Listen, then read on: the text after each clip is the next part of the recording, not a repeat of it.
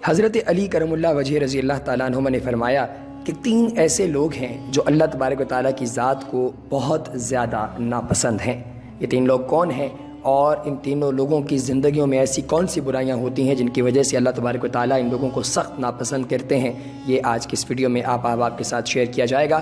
اگر آپ نے ابھی تک ہمارے چینل انفارمیٹکس کو سبسکرائب نہیں کیا تو ابھی نیچے دی گئی لنک بار میں موجود سبسکرائب کے بٹن پر کلک کیجئے اور چینل کو سبسکرائب کیجئے۔ اس کے علاوہ وہیں پر موجود بیل آئیکن یعنی گھنٹی کے نشان کو دبا کر آنے والی ویڈیوز کی اپڈیٹس کو بھی آن کر لیجئے۔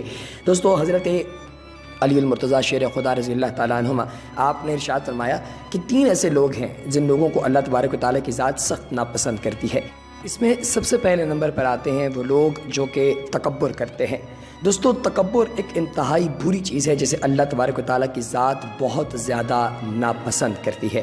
دوستو، غرور، تکبر، ریا اور دل کے امراض، یہ ساری ایسی چیزیں ہیں جن چیزوں کو آپ لوگ واقعتاً روزانہ کی بنیاد پر دیکھتے ہیں۔ آج کل کے زمانے میں جبکہ ہر طرف دل کی بیماریوں کا تذکرہ ہے اور اس کے علاج معالجے میں نئی نئی تحقیقات ہو رہی ہیں، وہیں پر دین اصلاح میں دل کن بیماریاں جو ہیں وہ بھی آپ کو پتہ چلتی ہیں کہ نبی پاک علیہ السلام کا ارشاد ہے کہ آگاہ ہو جاؤ کہ سینے میں گوشت کا ایک لوتھڑا ہے، جب یہ تندرست ہوتا ہے تو تمام بدن تندرست رہتا ہے، اور اگر اس میں خرابی فساد پیدا ہو جائے تو سارے جسم میں فساد پیدا ہو جاتا ہے۔ غرور کا مطلب دھوکہ، تکبر کا مطلب بڑائی، تفاخر جتانا اور دوسروں کو حقیر جاننا ہے۔ غرور و تکبر ابلیس کی سرشت ہے۔ اس نے اپنے رب کے حکم سے سیدنا آدم علیہ السلام کو سجدہ کرنے سے انکار کیا اور اپنے آپ کو بڑا سمجھا۔ ابلیس کے تکبر کی بنا پر وہ آگ سے اور سیدنا آدم علیہ السلام مٹی سے ہیں۔ تکبر اور کبریائی صرف اللہ کے لیے ہے۔ ہم کہتے ہیں کہ اللہ اکبر یعنی اللہ بڑا ہے، اس کے سوا کسی کو کبریائی نہیں ہے۔ سوال پوچھا جاتا ہے کہ تکبر آخر کن باتوں پر ہوتا ہے؟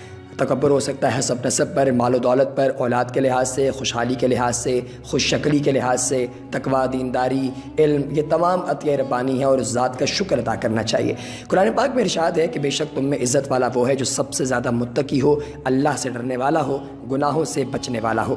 مال اور دولت جو ہے، مال اور اولاد دنیا کی رونقیں ہیں، باقی رہنے والے تو نیک اعمال ہیں، وہ تمہارے رب کے نزدیک ثواب اور امید کے لحاظ سے 1000 درجہ بہتر ہیں۔ اس لیے مال و دولت، اولاد کی قابلیت، کثرت صرف اس دنیا کی شان ہے، اللہ تعالیٰ کی نظر میں ان کی چندہ حیثیت نہیں ہے، کیونکہ عطا کرنے والی ذات ہی وہ ہے نا۔ تو اسی طریقے سے قرآن پاک میں اللہ تبارک و تعالیٰ نے ارشاد فرمایا سورہ حدید میں کہ دنیا کی زندگی دھوکے کے سرمایے کے سوا کچھ نہیں ہے، لہٰذا وہ لوگ جو کہ تکبر کرتے ہیں، غرور کرتے ہیں، اللہ رب العزت کی ذات ان لوگوں کو سخت ناپسند کرتی ہے۔ شکل و صورت میں بھی اللہ تعالیٰ کی عطا کردہ ہیں تمام چیزیں۔ اس نے کسی کا رنگ گورا بنایا ہے تو کسی کا کالا، کوئی پیلا ہے تو کوئی بھورا، کسی کا ناک نقشہ کیسا ہے کوئی کیسا ہے، کسی کو جسمانی معذوری دی ہے، کوئی ذہنی طور پہ معذور ہے۔ اپنے حسن پر ناز کرنا بھی غرور و تکبر کی نشانی ہے۔ خطبہ حجت الوداع کے موقع میں حضور اکرم علیہ السلام نے ارشاد فرمایا کہ کسی عربی کو کسی اجمی پر اور کسی اجمی کو کسی عربی پر، گورے کو کالے پر اور کالے کو گورے پر کوئی فضیلت نہیں ہے، اگر فضیلت ہے تو تقوی کی بنیاد پر۔ اب ہم یہاں جائزہ لیں گے کہ تمام اعمال کی کسوٹی تقوی ہے۔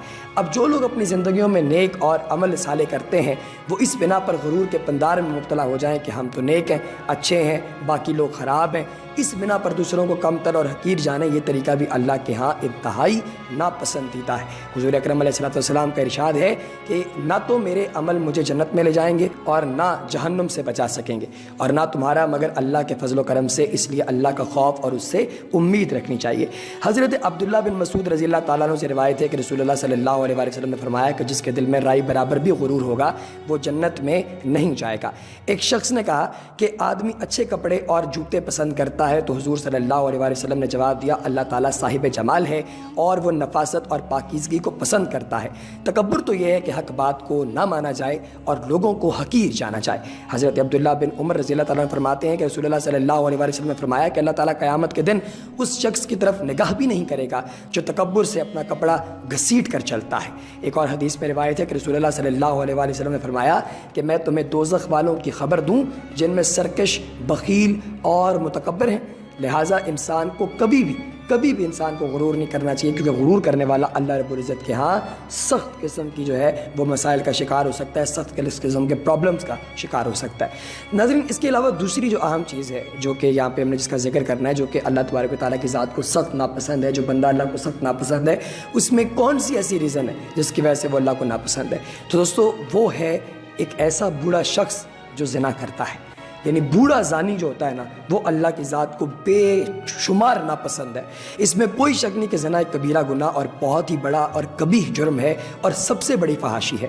اللہ تعالیٰ قرآن پاک میں ارشاد فرماتے ہیں سورہ الاسراء میں، اور تم زنا کے قریب بھی نہ پھٹکو، بلا شبہ یہ ایک فحاشی اور بہت ہی برا راستہ ہے۔ ایک اور دوسرے مقام پر کچھ اس طرح ارشاد فرمایا، اور وہ لوگ جو اللہ تعالیٰ کے ساتھ کسی دوسرے کو معبود نہیں پکارتے اور کسی ایسے شخص کو جسے اللہ تعالیٰ نے قتل کرنا حرام قرار دیا ہے اسے وہ حق کے سوا قتل نہیں کرتے اور نہ ہی وہ زنا کا ارتکاب کرتے ہیں، اور جو کوئی یہ کام کرے وہ اپنے اوپر سخت وبال لائے گا، اسے قیامت کے دن دوہرا عذاب دیا جائے گا اور وہ ذلت و خواری کے ساتھ ہمیشہ اسی عذاب میں رہے گا۔ اسی لیے اللہ تبارک و تعالیٰ نے زانی کو دنیا و آخرت میں شدید قسم کی سزا دی ہے اور اس کا ارتکاب کرنے والے پر حد واجب کی ہے۔ لہٰذا کنوارے زانی کی سزا بیان کرتے ہوئے اللہ تعالیٰ نے ارشاد فرمایا، زناکار مرد و عورت میں سے ہر ایک کو 100 کوڑے لگاؤ۔ ان پر اللہ تعالیٰ کی شریعت کی حد جاری کرتے ہوئے تمہیں ہرگز ترس نہیں کھانا چاہیے اگر تم اللہ تعالیٰ اور قیامت کے دن پر ایمان رکھتے ہو، اور ان کی سزا کے وقت مسلمانوں کی ایک جماعت موجود ہونی چاہیے۔ سورہ نور کے اندر اللہ تعالیٰ نے ارشاد فرمایا،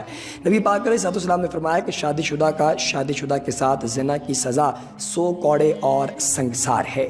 اس جرم کی قباحت و شناعت اور فحاشی سے بندر بھی تکلیف محسوس کرتے ہیں، حتیٰ کہ انہوں نے ایک بندریا پر جس نے زنا کیا تھا اس کو بھی حد لگائی، اور اس کا صحیح بخاری میں یوں وارد ہے کہ عمرو بن میمون رضی اللہ تعالیٰ عنہ بیان کرتے ہیں کہ میں نے دور جاہلیت میں ایک بندریا جس نے زنا کا ارتکاب کیا تھا اس کے خلاف بندر اکٹھے ہوتے اور انہیں اس بندریا کو جو ہے وہ رجم کرتے ہوئے دیکھا، اور میں نے بھی ان کے ساتھ اس بندریا کو رجم کیا۔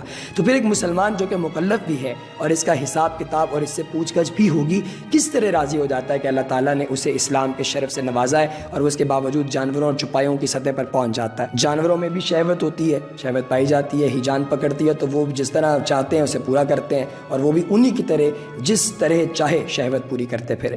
یہ ایسا جرم ہے جس کی سزا صرف دنیا میں ہی نہیں بلکہ آخرت میں بھی بہت زیادہ سخت اور دنیا سے بھی زیادہ ہوگی، جس کا ذکر حدیث میں بھی ملتا ہے۔ سمرہ بن جندب رضی اللہ تعالیٰ عنہ بیان کرتے ہیں کہ نبی پاک علیہ السلام نے فرمایا، رات میرے پاس 2 آنے والے آئے اور مجھے اٹھا کر اپنے ساتھ لے گئے۔ نبی پاک علیہ السلام نے فرمایا، ہم اس سے آگے چلے تو تنور جیسی چیز کے پاس آئے تو اس میں شور و غوغا اور آوازیں سی پیدا ہو رہی تھیں۔ نبی پاک علیہ السلام بیان کرتے ہیں کہ ہم نے اس میں جھانکا تو اس میں مرد و عورت بالکل ننگے تھے، اور ان کے نیچے سے آگ کے شعلے آتے اور ان کے شعلوں کے آنے سے وہ شور و غوغا کرتے۔ نبی پاک علیہ السلام نے فرمایا کہ میں نے ان دونوں سے پوچھا یہ لوگ کون ہیں؟ تو وہ کہنے لگے کہ جو تنور جیسی چیز میں لوگ تھے وہ سب زنا کرنے والے مرد و عورتیں تھیں۔ اور ذو زوا کا معنی ہے کہ ان کی آوازیں اور شور بلند ہوتا جاتا تھا۔